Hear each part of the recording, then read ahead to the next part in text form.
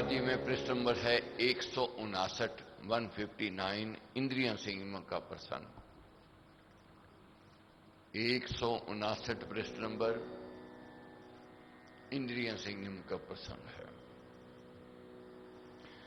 ज्योतिर्मय जगदीशे तेजो में अपार, परम पुष्पावन परम तुझको नमस्कार। सत्य ज्ञान आनंद के परम धाम श्री राम, पुलक तो मेरा तुझे होवे बहु प्रणाम।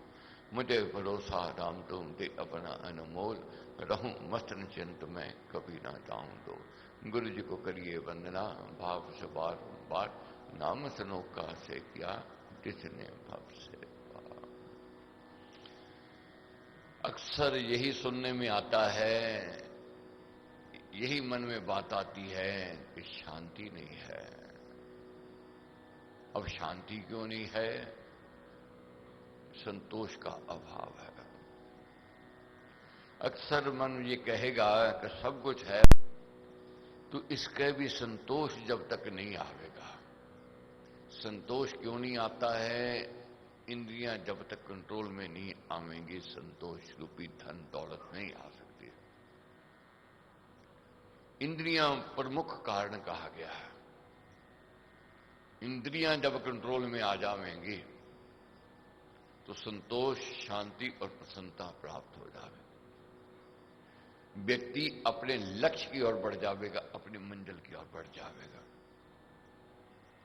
इंद्रियां कंट्रोल में नहीं है, भटक जाएगा, दिशाहीन हो जाएगा। मन में बात आती है कि मनुष्य जीवन मालिक ने दिया 84 लाख योनियों को दिया, कि संत कहते हैं कि ये मोक्ष की प्राप्ति के लिए, मुक्ति के लिए मिला है। अगर मिला है फिर क्यों भटक गए, क्यों दिशाहीन हो गए, क्यों मंजिल से दूर हो रहे हैं? ये इंद्रियां का कारण है। इंद्रियां कंट्रोल में नहीं है, इंद्रियां वश में नहीं है। जैसे वाहन तो बहुत बढ़िया है, अगर चलाने वाले को चालक अच्छा नहीं है तो एक्सीडेंट ही करेगा।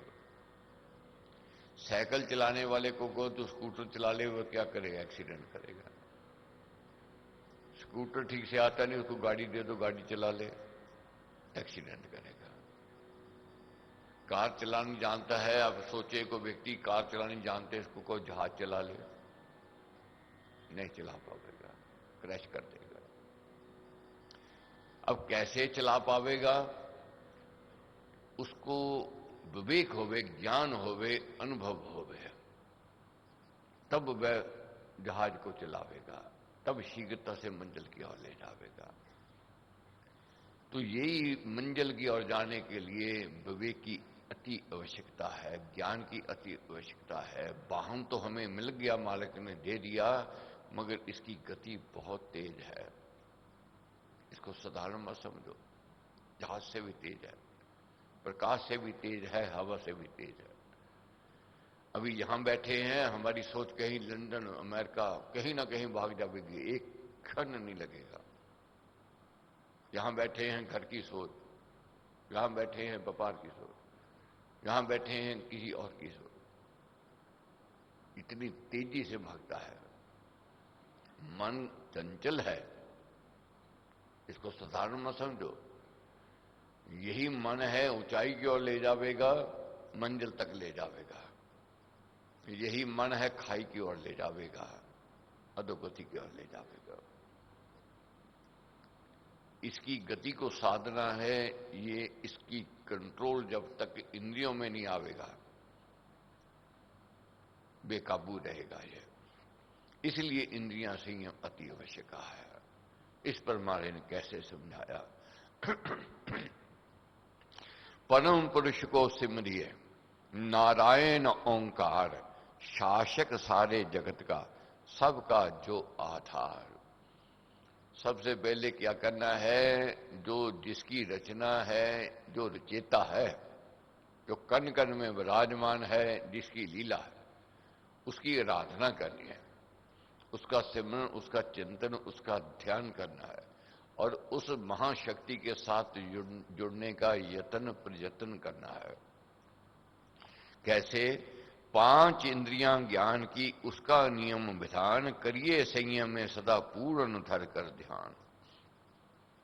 5 ज्ञानेंद्रियां हैं, इनको कंट्रोल में, बस में रखना है।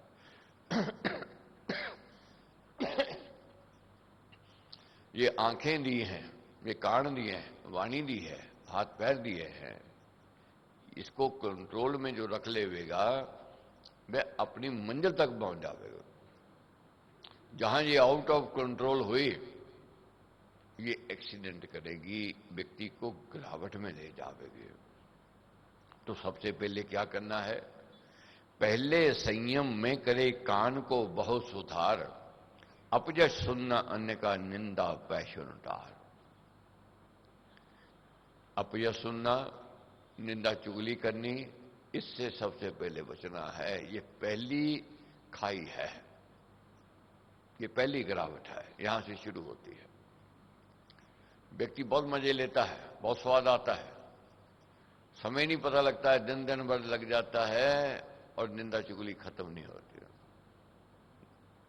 तो निंदा से बचना है। निंदक की क्या स्थिति है? जब निंदा सुनते हैं हमारी अच्छाई मंद पड़ने लग जाती है और उसकी बुराई जो है हमारे पास आ जाती है, उसकी गंदगी को धोता प्राण। छाछ और छाननी दोनों छानते हैं। छाननी में जब हम छानते हैं, असल नीचे निकल जाता है, कंकर हमारे हाथ में रह जाता है। छाछ में जब हम छानते हैं तो कंकर बाहर निकलते हैं, असल हमारे पास रह जाता है। दूसरे के गुणों को देखना है, दूसरे की बड़ाई करनी है, प्रशंसा करनी है। अब क्यों बड़ाई प्रशंसा करनी है? बड़ाई प्रशंसा करने से प्राप्ति क्या है? उसके गुण हमारे पास आ जाएंगे, उसकी अच्छाई हमारे पास आ जाएगी। तो महाराज कहते हैं, यश गायन अपना नहीं, सुनते सज्जन संत, ज्ञानी तापस दान घर, वीर धीर मतिबंत। बहुत उत्तम प्रसंग है, समझना है। हमारे अंदर अच्छाई है और बुराई भी है। जब हमारी कोई बुराई को सुनाने लगता है, हमारे अंदर क्रोध आता है, आउट ऑफ कंट्रोल हो जाते, सुनना नहीं चाहते। मगर कोई हमारी बड़ाई करने लग जावे, बहुत मन करता है सुनने को, बहुत अच्छा लगता है, बहुत मीठा लगता है कि मेरी बड़ाई हो रही है, प्रशंसा हो रही है।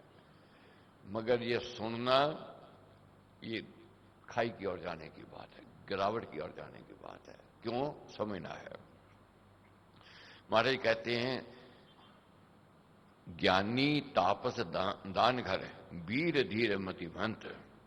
ये कभी भी अपनी बड़ाई, अपनी प्रशंसा नहीं सुनेंगे। क्यों नहीं सुनेंगे?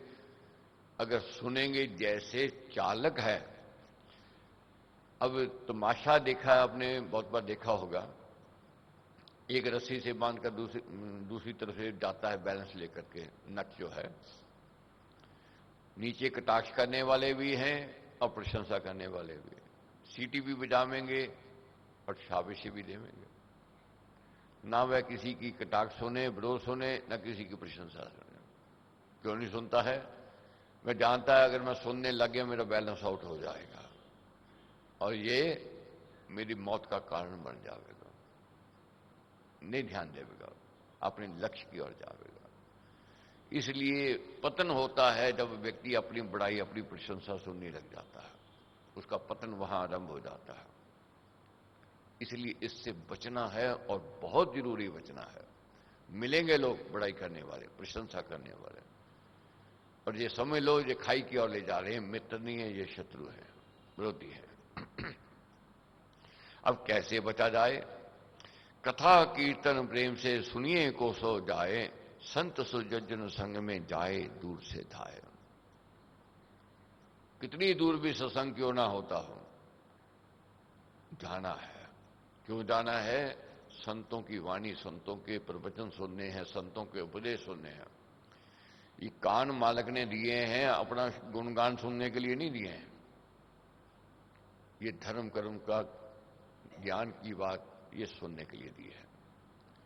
जब व्यक्ति ज्ञान की बात सुनता है, अंतःकरण शुद्ध होना आरंभ हो जाता है, उसका व्यवहार, उसका स्वभाव होता है। अब जैसे अब हम बैठे हैं इस समय, अब हमारी भावना कुछ और है, विचार कुछ और है, इस वक्त आर्थिक भावना जागृत है, सात्विक वृत्ति जागृत है, कुछ करने की, कुछ बनने की उमंग है, ये सात्विक वृत्ति है। वहीं जब हम कुसंग में जाएंगे तो वृत्ति बदल जाएंगे, भाव बदल जाएंगे, विचार बदल जाएंगे। इसलिए हमारे कहते अगर इंद्रियां संयम करने का मन है, पहली सीढ़ी सत्संग है, सत्संग में जाओ, संतों की बात सुनो, उसका मनन, उसका चिंतन करो, ये ऊंचाई की ओर ले जाओगे। सत्संगति में जाइए, मन दे सुनिए ज्ञान, कर्म योग सुभक्ति धर्म धारे धर कर ध्यान। सत्संगति में जब जाना है, मन से ज्ञान की बात को सुनना है। एक एक शब्द जो होता है बहुत कीमती होता है, और कभी कभी एक शब्द भी प्राणी को घायल कर जाता है, एक शब्द भी जीवन को तब्दीली में ले आ जाता है, परिवर्तन ले आता है।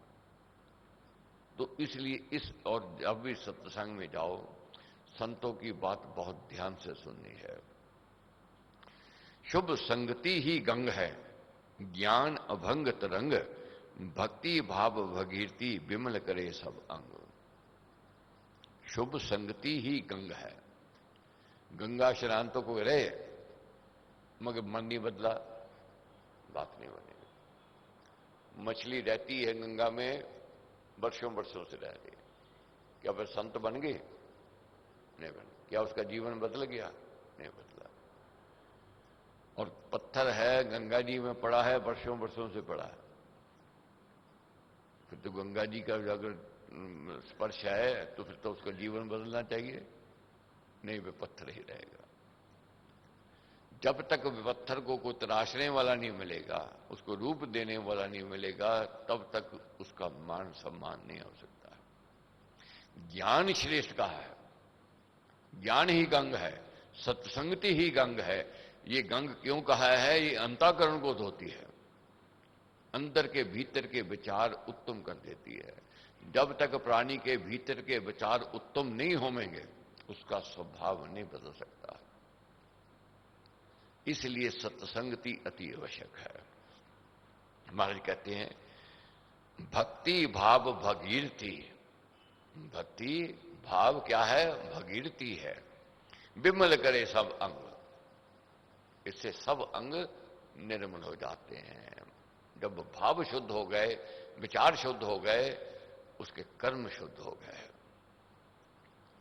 संगति सुगुणी संत की देती संत बनाए। संगति किसकी? सुगुणी की, अच्छे गुणी की, और संत की क्या प्राप्ति है? इससे देती संत बनाए, संत बना देती है। इसलिए बहुत लोग कहते हैं जी संत नहीं कहना है, संत नहीं बनना। नहीं, जरूर कहना है मैंने संत बनना है। संत लिखाने से बात नहीं बनेगी, संत कहलाने से बात नहीं बनेगी। संत है अपने व्यवहार से, अपने स्वभाव से। इसलिए कैसे स्वभाव व्यवहार हमारा बदले। जैसे कोई अब घर में देखो बुजुर्ग है जो और है, वो कहे मेरा मान सम्मान करो जी, आदर सत्कार करो, मैं बड़ा हूं। आप करोगे? नहीं। उसका व्यवहार, उसका स्वभाव ही आदर मान सम्मान करवाता है। अगर उसका स्वभाव अच्छा है, उसका व्यवहार अच्छा है, उसकी संगति अच्छी है, उसकी विचारधारा अच्छी है, तो ऑटोमेटिकली उसको मान मिलेगा, उसको सम्मान मिलेगा। चाहे परिवार का मुखिया क्यों ना हो, अगर स्वभाव व्यवहार अच्छा नहीं है, वह अनादर को पावेगा।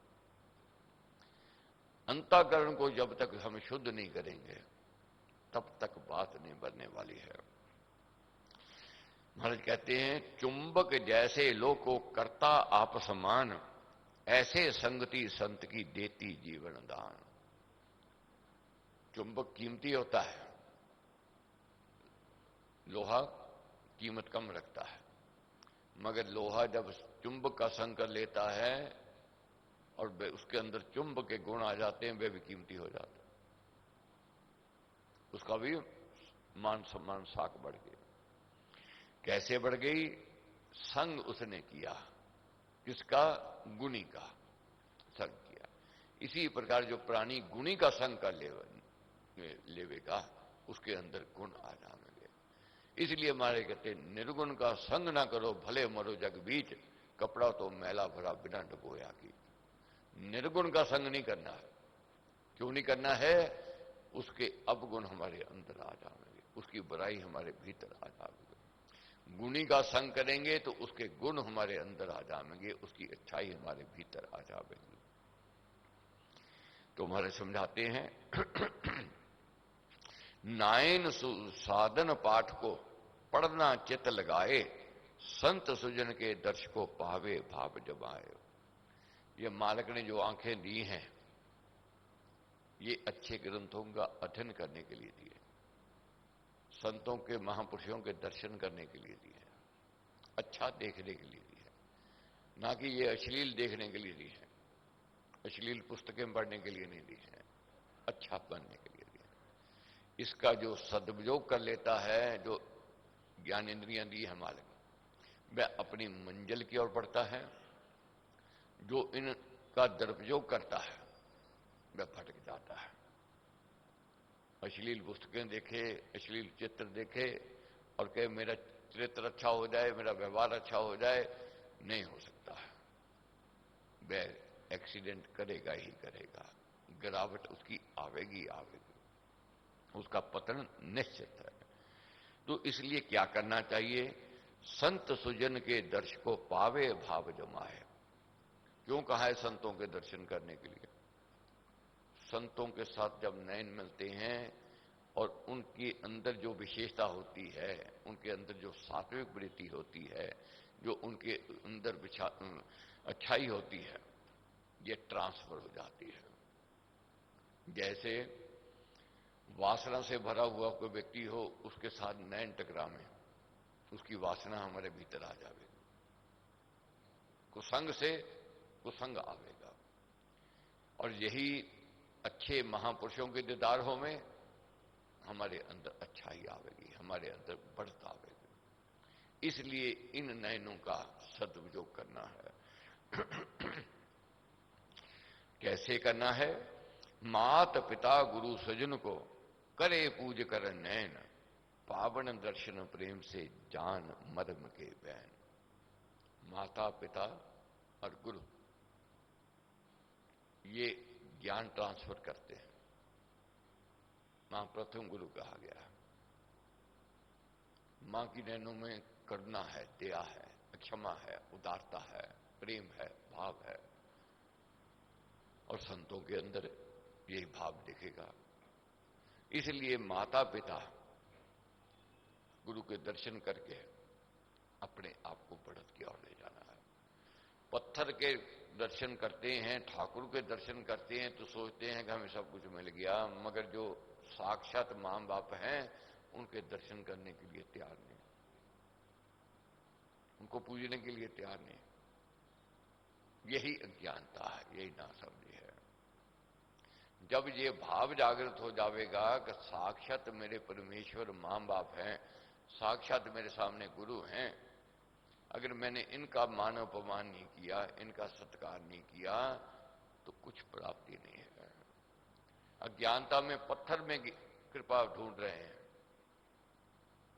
मगर जो परमेश्वर की रचना है, जो रचयिता है, जिसने ये दिया मां बाप को बच्चे की परवरिश, जन्म देने की समर्था, पालने की समर्था, ये किसने दी? उस मालिक, उस परमेश्वर ने दी। गुरु अध्यात्म ज्ञान दे रहा है। और इसलिए महाराज कहते हैं नैनों में लावे नहीं द्वेष दोष व रोष, मलिन भाव छल सैन तज पावे सुख संतोष। जो नैनों में, आंखों में रोष नहीं लेकर के आता है, द्वेष नहीं लेकर के आता है, घृणा नहीं लेकर के आता है, वे ही सुखी है। उसी को संतोष मिलता है, उसी को प्रसन्नता मिलती है। मां बाप का आदर सम्मान, बहुत देखे हैं ऐसे व्यक्ति जो मां बाप के दर्शन किए बिना आगे नहीं बढ़ते, या उनको स्मरण, उनका चिंतन किए, उनको प्रणाम किए आगे नहीं बढ़ते। और बहुत ऐसे भी हैं मां बाप का मुख देखना नहीं चाहते, नजदीकी नहीं करना चाहते, और वह कभी सुखी नहीं हो सकते, उनको कभी सुख प्राप्त नहीं हो सकता है। कर्म से कर से करिए कर्म शुभ दान पुण्य उपकार, सेवा सुरक्षा पालना दीन दलित उद्धार। ये हाथ जो मालिक ने दिए हैं हमें, किस लिए दिए हैं? परहित प्रकार के लिए दिए हैं, दूसरे का भला करने के लिए दिए हैं, दूसरे का अधिकार छीनने के लिए नहीं दिए हैं, दूसरे को सताने के लिए नहीं दिए हैं। डॉक्टर के पास औजार है, वह चीर फाड़ करता है, जीवन दान देने के लिए करता है।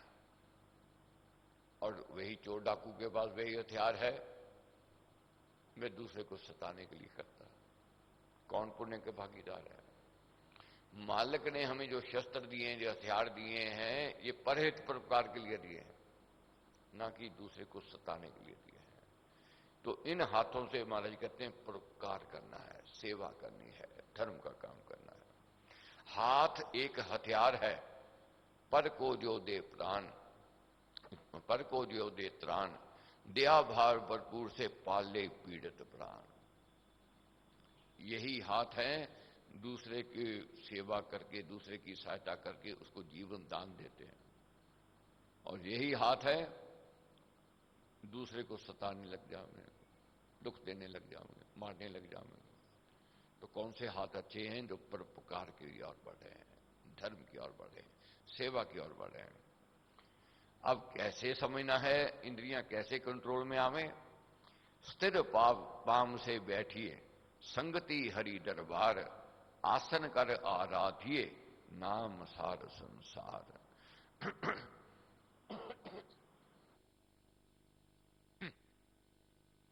हरि दरबार में संगति में बैठो, जाइए शुभ सत्संग में, करिए निर्मल अंग, श्रद्धा भक्ति सुकर्म के मन में लाए मंग। सत्संगति में ही जाकर के व्यक्ति सीख सकता है मैंने कैसे इंद्रियों को कंट्रोल में करना है।